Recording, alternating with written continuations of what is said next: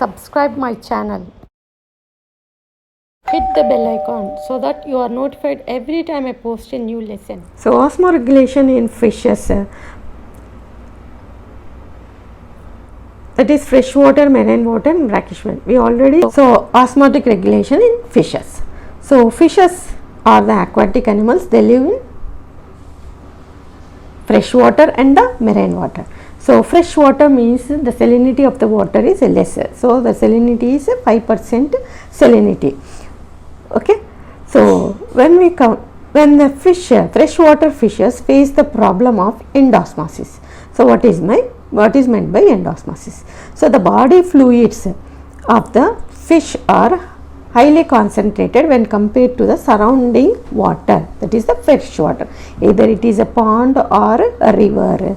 So the water is less salinity when compared to the body fluids of the freshwater fish. So as the body fluids concentration of the fish are more and the concentration of the surrounding water is less, so the water moves. We know that osmosis, water moves from high osmotic potential to low osmotic potential. So the fresh water contains only 5% of salinity. That's why the osmotic potential of fresh water is high. So the water from the river or a pond moves into the body of the fish as the concentration of the body fluid is more, that is osmotic potential is low. Okay, so that's why water moves into the body of a fish. So that osmosis is known as endosmosis because the water enters inside the fish. That's why the osmosis is known as endosmosis.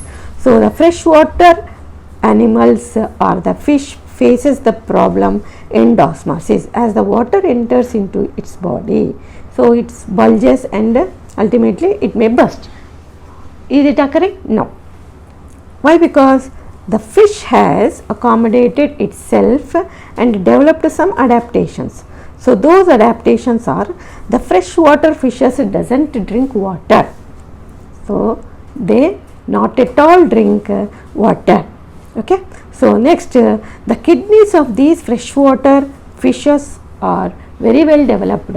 Large glomerular kidneys are present which remove excess amount of water which enters into the body. Okay. So the urine is a less concentrated urine. It is hypotonic urine is eliminated. Next, so during the process of excretion some amounts of salts are also excreted. So that's why the chloride secreting cells are present and these cells secrete solutes. Like this, the freshwater animals solve the problem of endosmosis. Coming to marine fishes, seawater. Seawater is more concentrated, it contains 35% of salts, so it is more saline. So the body fluids of the marine fishes are less concentrated when compared to the surrounding seawater. That's why, so the water from the body of the fish enters into the sea. So here it faces the problem exosmosis. So water comes out of the body of the fish.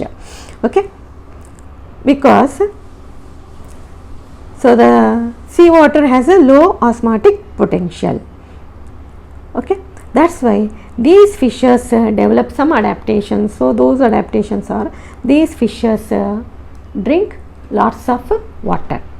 So, okay, next these fishes, the kidneys of these fishes are aglomerular kidneys. So here in freshwater glomerulus is very well developed, but in marine fishes the kidneys are aglomerular kidneys. So they conserve water and they secrete hypertonic urine.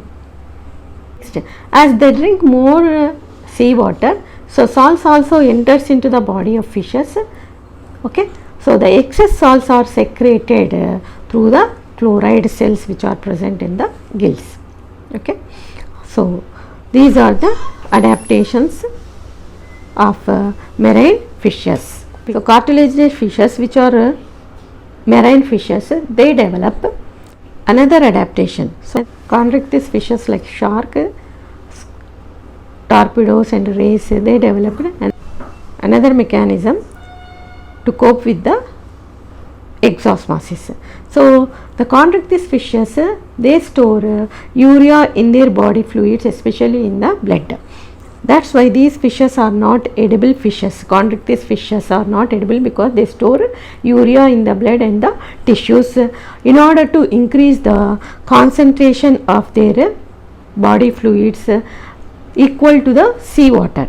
That's why they become isotonic and they don't face the osmoregulation. As they store urea in the blood, so urea damages the function of the enzymes. In higher concentration, urea damages the metabolic functions of the enzymes. To avoid this, they also store TMO. TMO means trimethyl amine oxide in the blood to nullify the effect of the urea. Okay, so that is very important. The chondrichthyes fishes store urea along with the trimethyl oxide, TMO. TMO in some TMAO. In some textbooks, TMAO is present. That is the trimethyl amine oxide. So this trimethyl amine oxide nullifies the effect of the urea on the activity of enzymes. Okay, so that is very important. Chondrichthyes fishes store urea and TMO in order to make their body fluids isotonic to the surrounding water. Okay, so next, isotonic means the body fluid concentration is same as outside water concentration.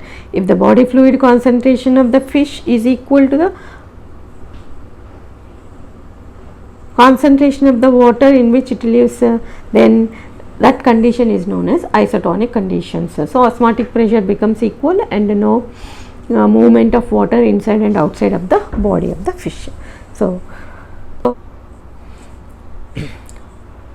one more important topic is osmoconformers and osmoregulators.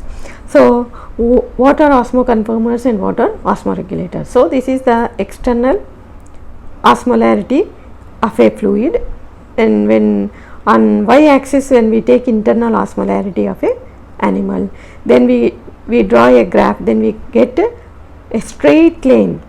That means the internal osmolarity of an animal increases as the external osmolarity of the fluid increases. So those animals are called osmoconformers. So as the osmolarity of the external fluid increases, the internal fluid osmolarity also increases in osmoconformers up to certain extent. So osmoregulators. So osmoregulator means the internal osmolarity of the body fluids is maintained at a constant level. Okay, it doesn't change along with the change in external osmolarity of the medium in which they live. So such animals are known as osmoregulators. Osmoconformer means they change their body fluid concentration depending upon the external osmolarity. So that's why the graph is a straight line. Okay, internal osmolarity, so they maintain constant osmolarity inside the body fluids. So that's why, so the graph is like this horizontal line. Okay, this is also very important. So freshwater fishes are osmoregulators. Okay, invertebrates, some invertebrates are osmoconformers.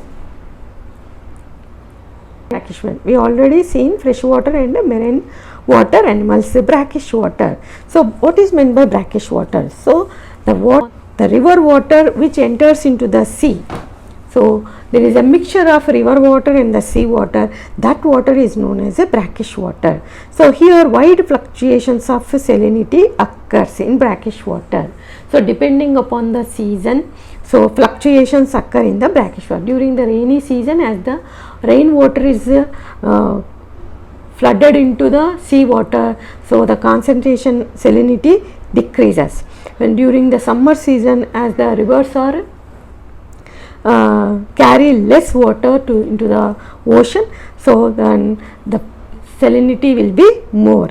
So brackish water faces wide fluctuations in salinity. So the animals which live in brackish water face a wide fluctuations in salinity. That's why the animals are known as euryhaline animals. So the animals which tolerate the wide range of fluctuations in salinity are known as euryhaline animals. So the fishes which live in brackish water faces problems of exosmosis and endosmosis. That so brackish water animals they withstand wide fluctuations in salinity. So that's why they are known as euryhaline animals. The animals which tolerate only the a little fluctuations in salinity are known as a stenohaline animals. Okay, so the brackish water animals, example salmon and hilsa. So these fishes show anadromous. These fishes are anadromous fishes. They show anadromous migration. So anadromous migration means the migration from seawater into the fresh water. So next, catadromous migration. Catadromous migration means the migration of fishes from fresh water to seawater. Example anguilla. So these type of animals develop or adapt themselves to the changing salinity of the water. So their kidneys are adjusted to the changing salinity. So the glomerular kidneys sometimes act as a highly glomerulous kidneys and sometimes they act as aglomerular kidney. So likewise they adjust their kidneys to the changing salinity. So these are the adaptations of brackish water animals. So I hope you understood the core concept of the osmoregulation in fishes. Happy studying.